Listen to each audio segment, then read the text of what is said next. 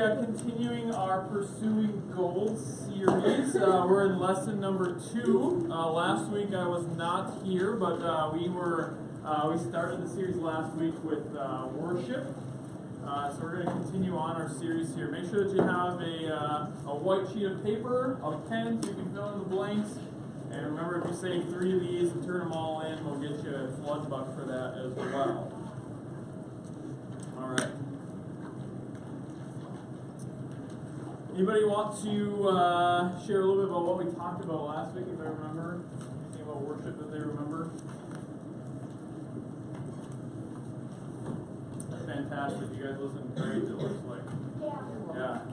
Nice work. Let's listen a little bit better this week so that we can tell Sarah when she speaks next week what we learned about. So we're going to be learning about learning. That's what we're going to learn about. That's going to be a lot of L's. So we're going to be learning about learning. So tonight we're going to be talking about, as we've been kind of going through the series, Pursuing Gold. And I want to ask, what is it that we are oh, that's not supposed to go that way. Oh, did you bump it at the same time? Okay. So, what is it that we are pursuing? We all may be pursuing many different things in our lives. Maybe it's a sporting scholarship. Maybe you think you're really good at baseball and you want to go play college baseball. So you're pursuing a baseball scholarship. Maybe you're really smart and you'd like to get an academic scholarship, so you can go to a college for cheaper. Maybe your goal is just that you want to go to college someday. Maybe it's pursuing a special job or something that you'd really like to do when you graduate or when you become an adult. You're pursuing that job. Because some of those things you have to start thinking about pretty soon. Because some of these job fields that you go into, they go all the way back to your high school career. Actually, my brother right now is concerned about getting into his master's program because of his high school grades. His high school grades are going to start to affect the programs that they can get into. So keep that in mind as you go to college, and maybe right now you're like, I don't want to do anything, and then by the time you graduate, you're like, I want to be a doctor, or I want to be an engineer, or I want to be something else. And they're going to go back, and it's super competitive, so they're going to go back and look at how dedicated you were way back when in high school, when you're like, I don't know, I just wanted to do nothing, right? That was me. I didn't really want to do anything in high school either. All right. Maybe you're pursuing making a special sporting team. Maybe you want to make the A team or the whatever they call it now, the double A team or the highest level team, and you're pursuing that. Maybe maybe you're just working on just being you and like getting good grades and having friends and being popular. I don't know what it is, but every single person in here is pursuing something, good or bad, important or not important. But we're all pursuing something. So for us to be able to talk about what pursuing means, we all have to know what pursuing actually means. So what does it mean to pursue something? It means to seek to attain or accomplish a goal, especially over a long period of time. That's what it means to pursue something. To accomplish a goal over a long period of time. Anybody want to share something real quick that they've either are currently pursuing or maybe they've met their goal from when they were little or something like that? Anybody have one? Anybody have something that they were pursuing? Good grades. Good grades. Good. Anybody else? Anybody else? Something that they've been pursuing? Making a 3-pointer in a game. All right, making a 3-pointer in a game. Anybody else? No. Things that you've been pursuing? First solo morning. All right. You are a jokester. Yeah. What was that? Traveling team for baseball. I would venture to say that lots of us are trying to make sports teams and stuff. What's that? Oh, that's snowboarding. Snowboarding. All right, very cool. So many of us, as you've noticed, have different things that we're pursuing. A lot of these ones that I've heard so far are on the short term of things that we're trying to pursue. But I know that there's many of you in here that are very good at sports that probably are pursuing further off than just this year's team. And you're pursuing that. You're working towards that. What does it look like to pursue a goal or a dream? What is it that we have to do for those things? Anybody? Let's say that you are a baseball player and you want to go to college and play baseball. What are some things that you probably will do to get to that point? practice. Okay, what else? Play baseball as a kid. Yeah, you probably aren't going to start when you're 20 and go play for a college team. Probably not going to do so well. Anybody else? What else you got to do? What? Know how to play baseball, yeah. Anybody else? What else you got to do? You gotta work out. You got to work out. You got to be strong.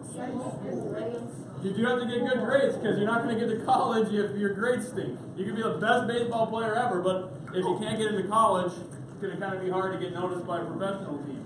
Anybody else? Anybody else? What else you got to do? You got to work at it. You got to put some effort into it. You probably got to dedicate yourself to throwing every day, or maybe skipping other sports so that you can focus on one sport, or maybe you spend all winter keeping your arms strong, or you have to do things ahead of time. It's not like you just walk out in the middle of the year without practicing ever and make a college team. You have to pursue that. You have to plan for that. You have to focus on that. You have to do things that are going to lead you to that. Tonight, though, obviously, we're going to kind of be showing the difference between Olympic athletes, and we're going to be talking about that in our Christian lives. So, obviously, one thing that I hope that all of us are pursuing, and we're in different walks in this room, we're in different levels of where we're at in pursuing, but the whole focus of the series is pursuing Christ. Going for gold, or pursuing gold as our series title is our goal as Christians is Christ. We look at what athletes go for, and they go for gold medals. As Christians, we want to pursue Christ, which is our goal. That's our focus. That's what we want to work towards. That's what we want to put our time, our effort, our things into that nature as Christians, as to get closer with Christ. So we're going to kind of be talking about some athletes today that maybe you have recognized if you've been watching the Olympics at all. So I would like to share a story. Somebody you probably recognize if you've watched the Olympics the last couple of days. This gal, I would say, is dedicated. This girl is dedicated to her sport and to the Olympics. She's here. So, Chloe Kim. Anybody watched her run the other day? It was awesome. She is, so here's a story about Chloe. So Chloe is actually originally from South Korea. Her parents were from South Korea. She was born in the U.S. Her parents moved here like 25 years ago, 30 years ago, something like that. She was born here in the U.S. And here's the crazy part. Her parents were just like a weekend family vacation. Let's go snowboarding. So when she was 2 years old, they drove 6 hours from their house in California to Mammoth Mountain in California, and they were like, hey, let's go snowboarding for fun. They had never done it before. They're from South Korea, they hadn't snowboarded before. So they took their family and they went snowboarding, and they got hooked, and they loved it. So since she was 3 years old, on a weekly basis, multiple times in a week, her dad would wake her up at 1 a.m. in the morning as a 3-year-old, carry her out to the car sleeping, put her in her car seat, and drive at 1 a.m. all the way to Mammoth Mountain so that they could get there at like 7 a.m. to be able to start snowboarding for the weekend. And they would do this all weekend long, all year long, for as long as they could, since she was 3 years old. 3 years old! I don't know about you, but that is somebody that is pursuing something long before she even knew what she was pursuing. Her parents obviously helped in that mindset, but she doesn't know anything other than snowboarding at this point. She grew up doing this. Okay? And I think it's similar to some of us in here as well. We've grown up going to church since we've been really little, before we even knew what church was, and then we start growing up in it and growing up in it and growing up in it, and hopefully our parents are pointing us in the right direction. But she started really, really young, obviously, 3 years old. I mean, usually you start to walk like around 1.5, and she's been snowboarding basically as long as she could walk. So not just that, but she continued to work at it and drive all these ridiculous hours and train and train and train and train and train and train and train. She's not that old. But when she was 13, so 4 years ago for the Sochi Olympics, Winter Olympics, She actually took first place in the qualifying round to go to the Olympics. No. First place in the qualifying round at 13. Who in here is 13? Anybody yet? A couple of us are 13. Your guys' age, this gal took and qualified to go to the Olympics. She won the tournament. I guess like all of She them. couldn't go because she was too young. You have to be, I think, 16. 15? 16? You have to be 16 years old to be able to go to the Olympics. So she qualified, but she was too young. So she just kind of kept working at it, kept training at it, kept working at it, kept going to the 6-hour drive to Mammoth Mountain. I don't know about you, but I asked my parents to move a little bit closer to the mountain. Like that 6-hour drive would get a little bit old. But they kept doing it, and they kept training, and they kept training. And now, this year, she qualified. She went to the Olympics in South Korea. And her first round, actually people say that she's probably the #1 best in the entire world. The best that they might have ever had in women's half-pipe history in the snowboard. Yep. She's just fantastic. Like you watch her go down and she's just super smooth on it. She's just really great. So she won the women's half-pipe gold medal by a lot. She kind of destroyed the competition. But that is an example of somebody that's pursuing a goal. When she was 3 years old, she didn't know what that goal was. I would imagine by the time she was 6 or 7, though, she kind of had an idea of what it was, and people probably realized that she was pretty good, and that she probably was able to go someplace somewhere with her snowboard. And then she continued on and continued on. But she pursued that. Way off long into the future, she had that dream of doing that. So tonight we're going to be talking about how to pursue goals in the sense of learning self-control. We're talking about self-control tonight. Like we said last week, we talked about worship and how worship can lead us closer to God. Worship can be worship in the sense of our lives. It could be singing. It could be our hearts. It could be lots of different things could be worship. We worship here on Sundays in the sense of worshiping God with our voices and with our hearts and learning God's word from the speaker that day. But there's tons of ways that we can worship with actions and service and tons of stuff. That's what we learned about last week. But this week we're going to learn about how we can pursue Christ by learning self-control. It's not a really cool topic. It's not a topic that's really that exciting. It's really not something that is really easy either. You really got to work at this to learn self-control. So self-control is, if you don't know what it is, the ability to control yourself in a particular emotion or desire or the expression of them in one's behavior, especially in difficult situations. So when something really bad happens to you, it's how you react to that really bad circumstance. It tells you how good you are at self-control. Okay, so there's a broad thing that self-control covers. Lots of different stuff. It could be self-control with your language. Do you swear when something bad happens to you? If you do, you're not very good at controlling your tongue. Alright? Or maybe it's if somebody makes fun of you, do you get super angry? If you do, you're not very good at self-controlling your emotions. Maybe there's a range of things that self-control can affect. And we're going to talk about a couple of those areas tonight. But first I want to show a real quick video demonstrating self-control. It's kind of funny.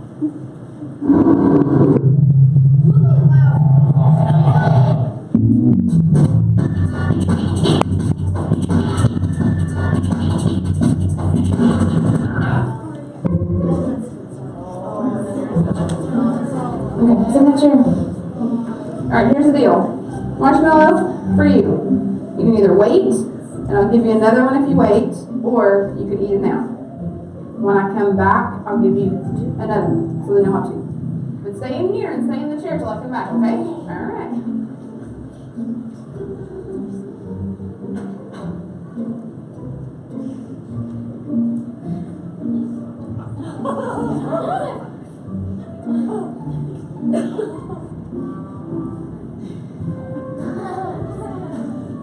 I'm gonna go do something, and then I'll come back.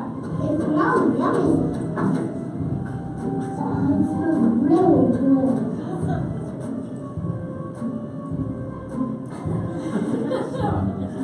Why do they smell marshmallows?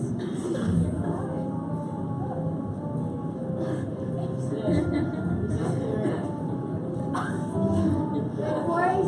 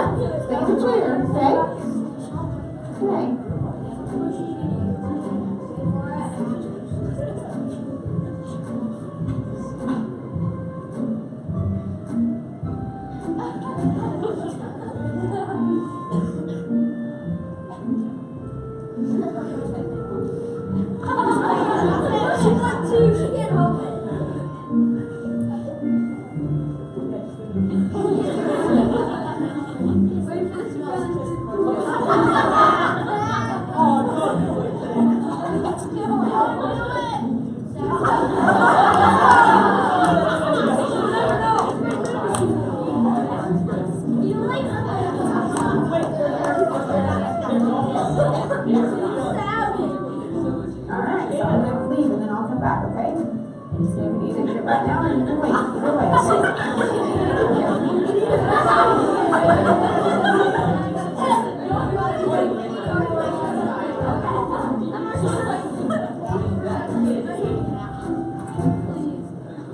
How'd you do?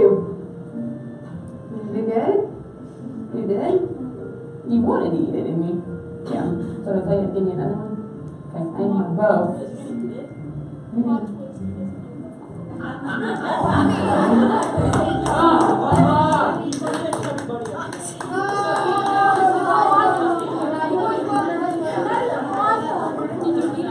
So, a lot of them have some self-control problems. Obviously, they're really little, but it's an example of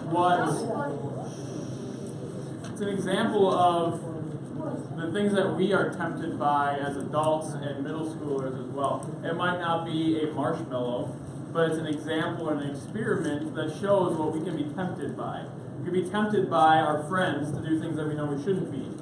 And if we do those things, our self-control kind of stinks, right? And the longer sometimes that you wait and you think about looking at that thing right in front of you, the more tempted you are. Like you're just sitting there staring at the marshmallow like, if we just walked in and we looked at a marshmallow, we'd be like, cool, marshmallow. But if you sit there in silence and have nothing else going on and all you have to look at is a marshmallow, that could be kind of tempting. What if you were starving and you hadn't eaten for a week and you looked at a marshmallow? That might look pretty good, right? So the circumstances can get worse and worse and worse and make us more tempted depending on the circumstance that we put ourselves in.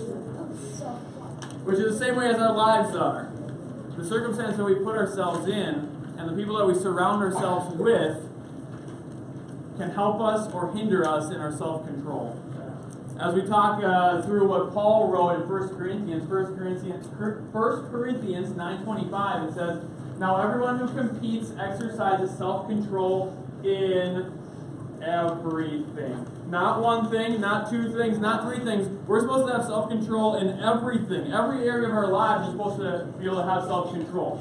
However, those people that are training to do like Olympics, however those people do it to receive a crown that will fade away, how much more so are we supposed to exhibit self-control, though, as we're dealing with eternity and things that will never fade away. So I want to talk about three areas that we should exhibit self-control in. All right? So area number 1 is our time. We should exhibit self-control in our time. Look at some of the things that are on the screen here and tell me that you haven't ever lost track of time doing them. All right? Exactly.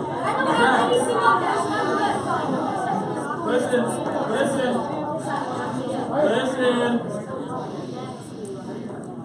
So just listen, guys. So maybe you don't have anything up here, but it's a symbolic of things that we do that waste time.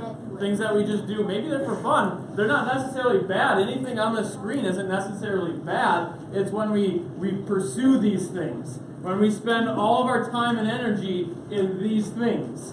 And then we like start watching, and I've used this example before because it happens to me all the time, where you're watching Netflix and all of a sudden it says, "Are you still there?" And you're like, or do you want to continue watching? Happens to me all the time, and that's like my wake-up call, like, oh my gosh, I need to go do something else because I've been watching this way too long, right? But it's same with all of these things. I catch myself on my phone, like in just different circumstances for no reason. Like it's just a habit to take my phone out and look at it. And maybe if you have a phone, you know what I'm talking about. But it's just a habit. And I don't have very good self-control in that. Maybe it's video games for some of you. Maybe it's sports for some of you. Maybe it's your cell phone. Maybe it's whatever that is for you.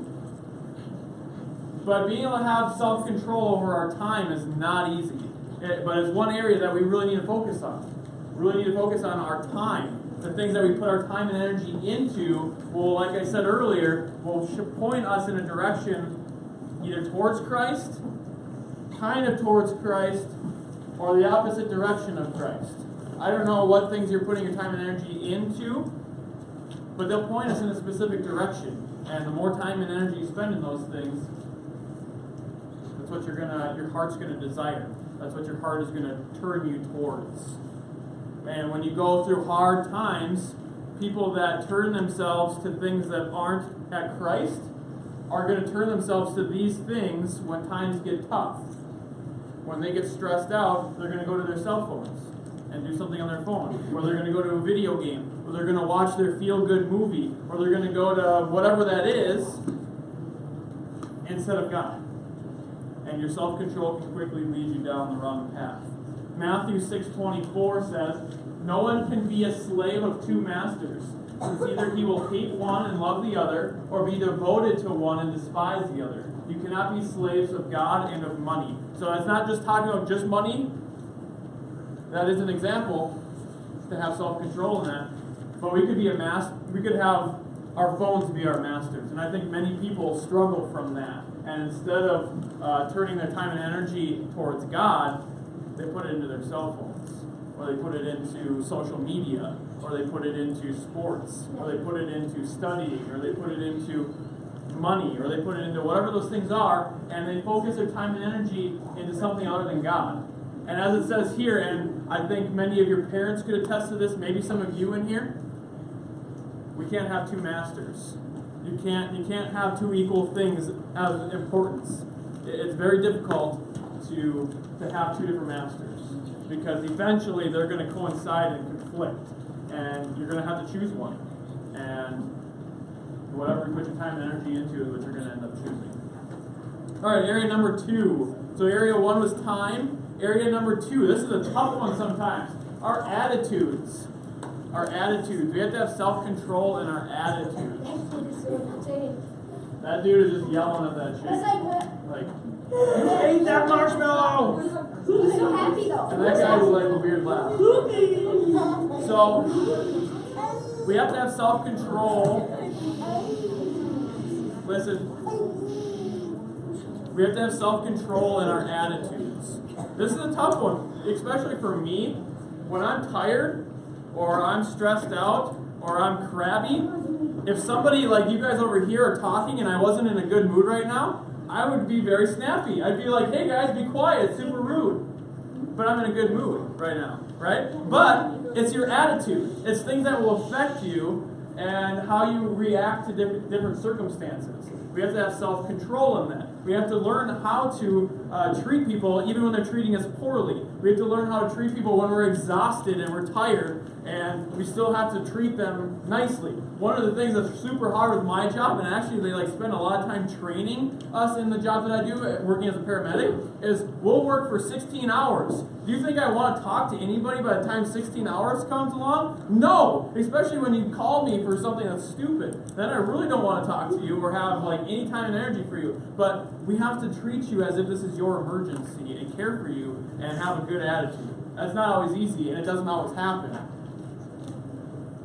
But we have to have self-control in that. When your brother's picking on you, is it easy to just be like, "Hey brother, I love you.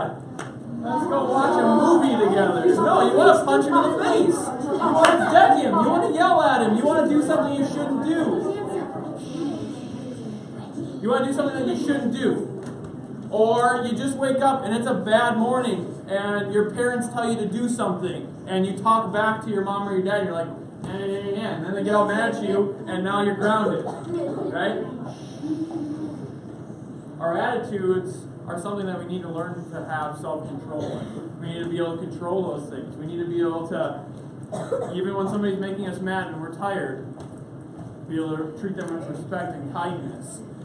This one's a super common verse you guys probably know about, but the fruits of the Spirit are the actions that we should have. These are the things that we should treat everybody with, and that is love, joy, peace, patience, kindness, goodness, faithfulness, gentleness, self-control. 5th grade girls, if you want to head out with your leaders, and 6th grade girls. The rest of you guys stick with me. They're doing their own thing with their leaders. But these are the different characteristics of what we should be having our attitudes point to when we are in a stressful situation and somebody's making us really mad.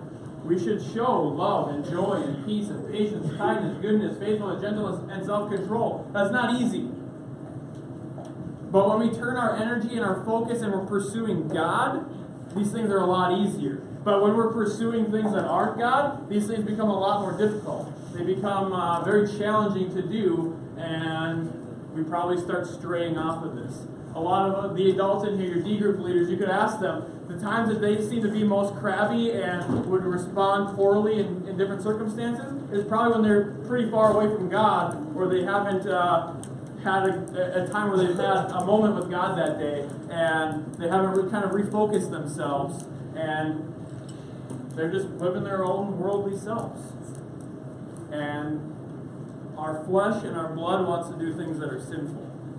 It's way easier to get mad at that person and yell at them than it is to treat them with kindness and respect. It's a lot more difficult to do that. Area number 3. First one was time. Second one was attitudes. Number 3 is fear. We have to have self-control in our fear. Sometimes fear can cause us to do things that we normally wouldn't do. Maybe it's telling our friends about Jesus, and we're fearful of that, and we let fear overcome us. Maybe it's fear of doing the right thing. Maybe it's fear of backlash from your friends. Maybe it's fear of being made fun of. Maybe it's fear of not fitting in. Maybe it's fear of getting hurt emotionally. Maybe it's fear of losing your friends. Maybe it's fear of risks. Maybe it's fear of something new. Maybe it's fear of getting in trouble. Maybe it's fear of being not accepted. All of us have different fears. All of us have different things that make us nervous, that make us not want to do something. It's how we respond to those things. It's how we work through those things. Now I want to show another quick video here. We might not watch the whole thing here, but we're going to watch a little bit of it. This is another very common snowboard that you'll probably know.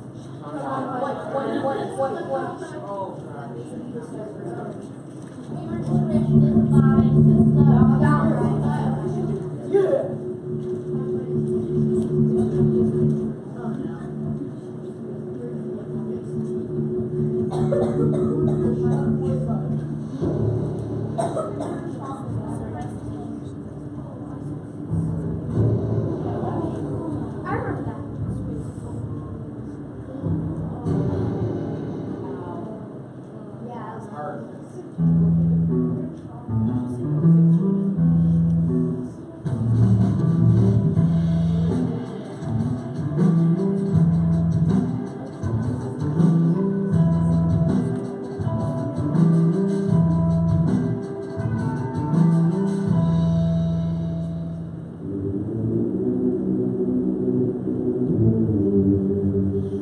After losing the last Olympics, I found a lot of clarity in myself and how involved my world is and how big it is compared to like these little things I was focusing on, like just winning. I finally took the blinders off. And I'm so thankful for now being able to see all the things that are around me that I can now enjoy.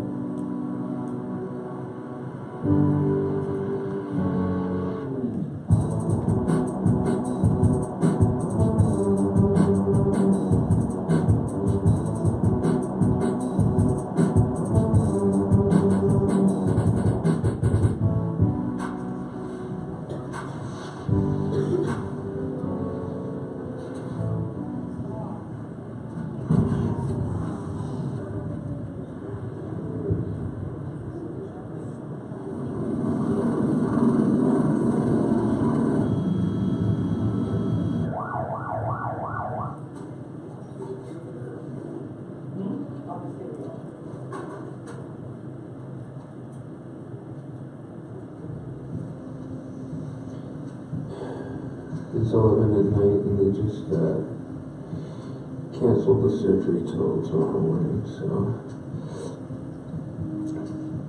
I've gotta stay like this overnight. It's pretty awful. I'm trying to eat some food.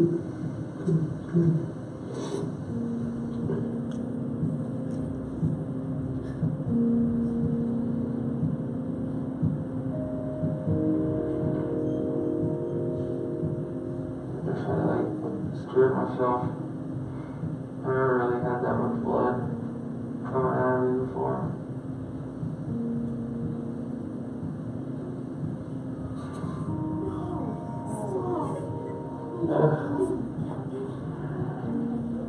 Oh my goodness.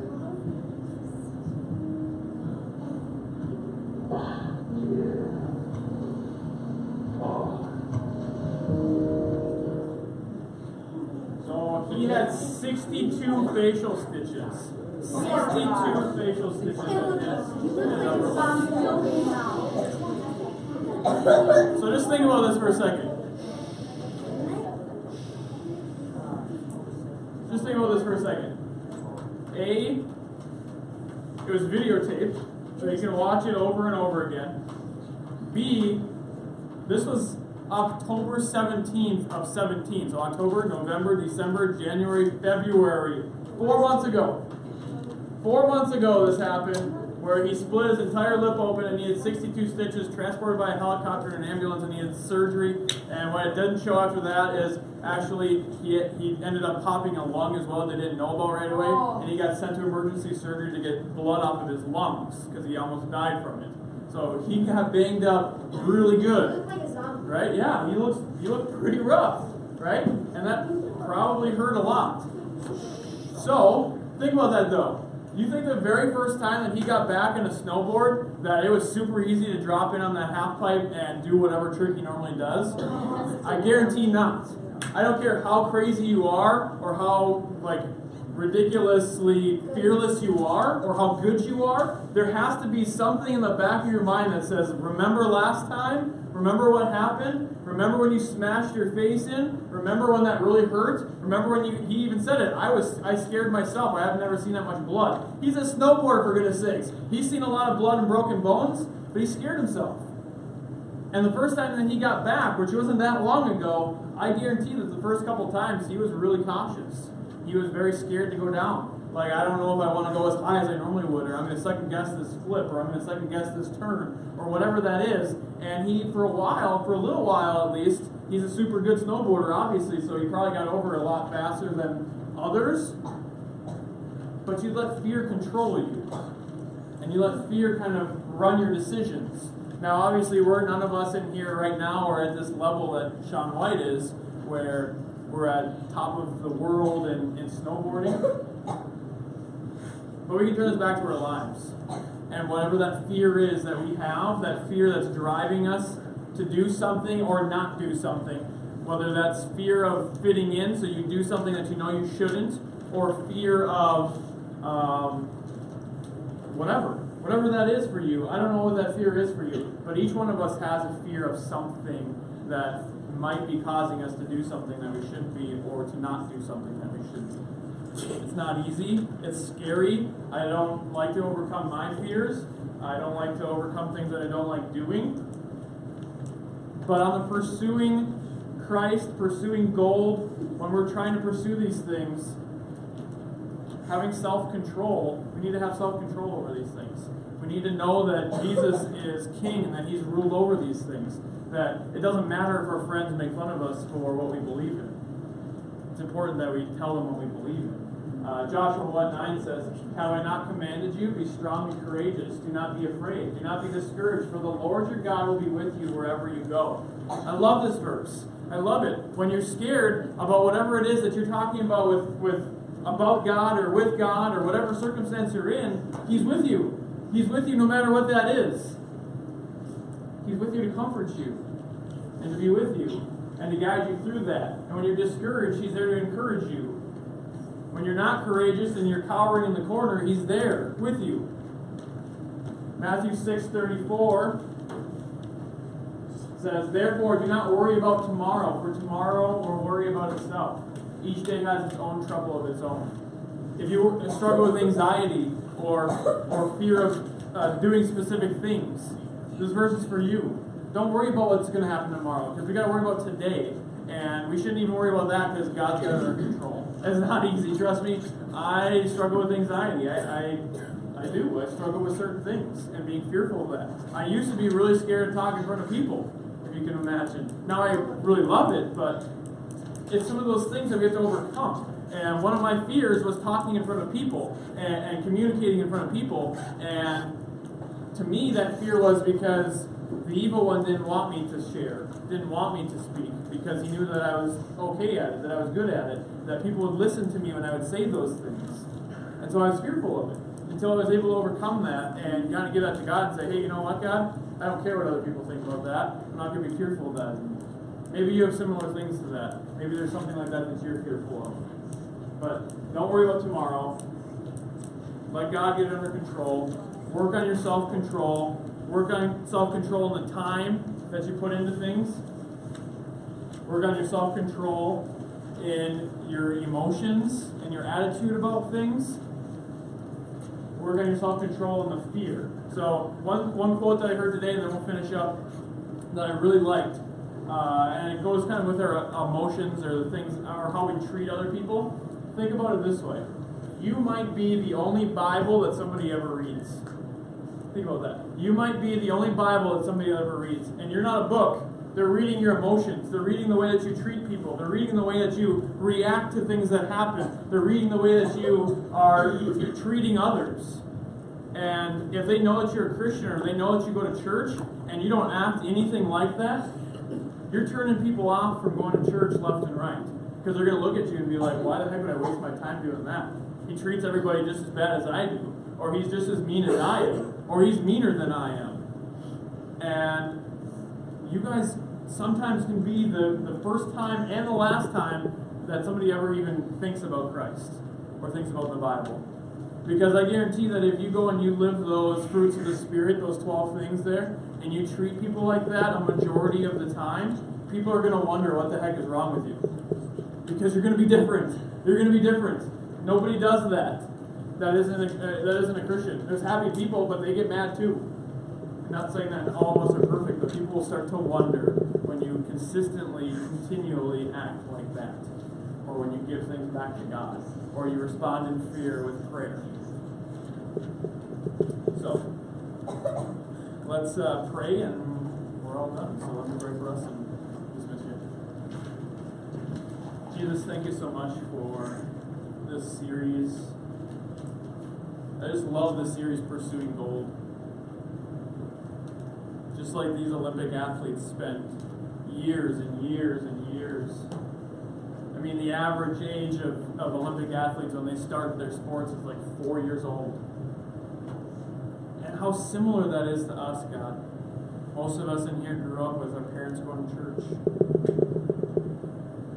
I just pray, Lord, that we can get that devoted to Christ as these athletes are to their sports. That we pursue you in everything that we do. Our time, our energy, our emotions, our fears, that we just give those things to you, God. That we turn those things back to you. God, I just pray that if this room could buy into that, to pursuing gold, pursuing Christ, just the amount of life change in this community, in this room, that would occur.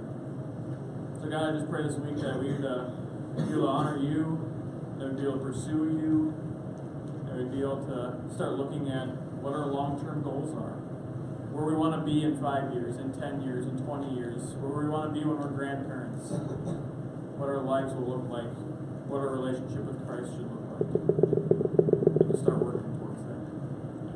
Pray all these things in your name. Amen.